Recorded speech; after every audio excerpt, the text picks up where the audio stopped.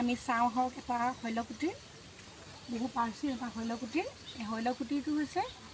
বশিষ্ঠ মুনিৰ পত্নী অৰুন্ধতী দেৱী আৰু এই শৈলকুটিটো আছে বশিষ্ঠ মন্দিৰৰ দক্ষিণে আৰু এই শৈলকুটিটোৰ ভিতৰতে জীৱনৰ বহু সময় অৰুন্ধতী দেৱীয়ে পাৰ কৰিছিল আৰু এই অঞ্চল তেতিয়া ঘন জংঘলেৰে পৰিপূৰ্ণ আছিল আৰু ইয়াতে দেশভক্ত তৰুণৰাম ফুকনে দঁতাল হাতীৰ চিকাৰ কৰিছিল বুলি জানিব পৰা গৈছে চাওঁ আহক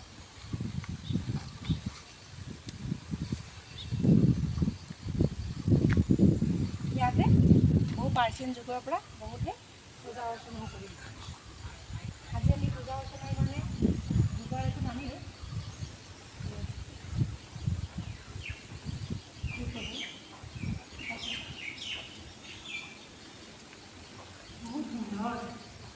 বশিষ্ঠ মুনিৰ পত্নী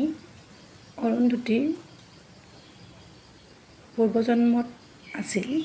ব্ৰহ্মাৰ মানস কন্যা সেই জন্মত তেওঁৰ নাম আছিল সন্ধ্যা সেই জন্মতে তেওঁ বশিষ্ঠ মুনিক পতি হিচাপে পাবলৈ কঠোৰ তপস্যা কৰিছিল আৰু তেওঁৰ তপস্যাত সন্তুষ্ট হৈ ভগৱান বিষ্ণুৱে তেওঁৰ মনৰ আশা পূৰণ হ'বলৈ বৰদান কৰিছিল আৰু বিষ্ণুৰ উপদেশ মতে আৰু ব্ৰহ্মাৰ পৰামৰ্শ মতে সন্ধ্যাই মেধাতিথি নামৰ এগৰাকী মুনিৰ যজ্ঞত প্ৰাণাহুতি দিছিল আৰু তেওঁ পূৰ্বজন্ম লাভ কৰিছিল আৰু সেই জন্মত তেওঁৰ নাম হয় অৰুন্ধতী 5 বছৰ বয়সলৈকে মেধাতিথিৰ গৃহত ডাঙৰ দীঘল হোৱাৰ পাছত মানস পৰ্বতত সতী আৰু বৌলাৰ লগত থাকিবলৈ আহে অৰুন্ধতী দেৱী তাতে তেওঁ স্ত্ৰী শিক্ষা লাভ কৰে আৰু তাতে যৌৱনপ্ৰাপ্ত হয় আৰু সেই পৰ্বততে বশিষ্ঠ মুনিৰ সাক্ষাৎ লাভ কৰে অৰুন্ধতী দেৱীয়ে তাৰ পাছত মেধাতিথি ঋষিয়ে দুয়োৰে বিবাহ সম্পন্ন কৰাই দিয়ে আৰু হয়তো যেতিয়া সন্ধ্যাচল পাহাৰৰ এই অপৰূপ প্ৰকৃতিৰ মাজত বশিষ্ঠ মুনিয়ে তপস্যা কৰিবলৈ আহে তেতিয়াই লগত আহে অৰুন্ধতী দেৱী আৰু বশিষ্ঠ মুনি অৰুন্ধতী এক শৰীৰ এক আত্মা বশিষ্ঠ মুনিৰ যোগ তপস্যাত কোনোদিনেই বাধাৰ সৃষ্টি কৰা নাছিল অৰুন্ধতীয়ে আৰু সেইবাবে তেওঁ হেনো এই শৈলকুটিটোৰ ভিতৰতে বেছি সময় আছিল বশিষ্ঠ মন্দিৰৰ দক্ষিণে ক্ষুভক পাহাৰৰ যিটো মূৰ আহি শেষ হৈছে তাতে আছে এই কুটিৰটো মই ভাবোঁ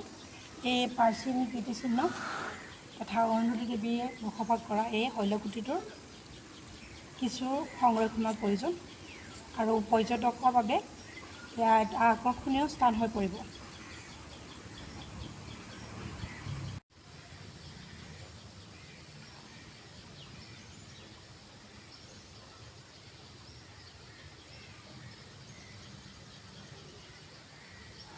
বহু বছৰ পুৰণি এই শৈলকুটিটো এতিয়াও অক্ষত অৱস্থাতে আছে আৰু ৰ'দ বতাহ বৰষুণৰ পৰা সম্পূৰ্ণ সুৰক্ষিত শৈলকুটিটো সঁচাকৈয়ে এটা চাবলগীয়া সম্পদ নহয়নে বাৰু আপোনালোকে চাই থাকিব চয়নিকা মনশ্ৰী আমি আপোনালোকক দেখুৱাবলৈ চেষ্টা কৰিম অসমৰ বহু কিবা কিবি আপুৰুগীয়া সম্পদ মৰম দিব আশীৰ্বাদ কৰিব ভাল পালে চেনেলটো ছাবস্ক্ৰাইব কৰিব কমেণ্ট কৰিব ধন্যবাদ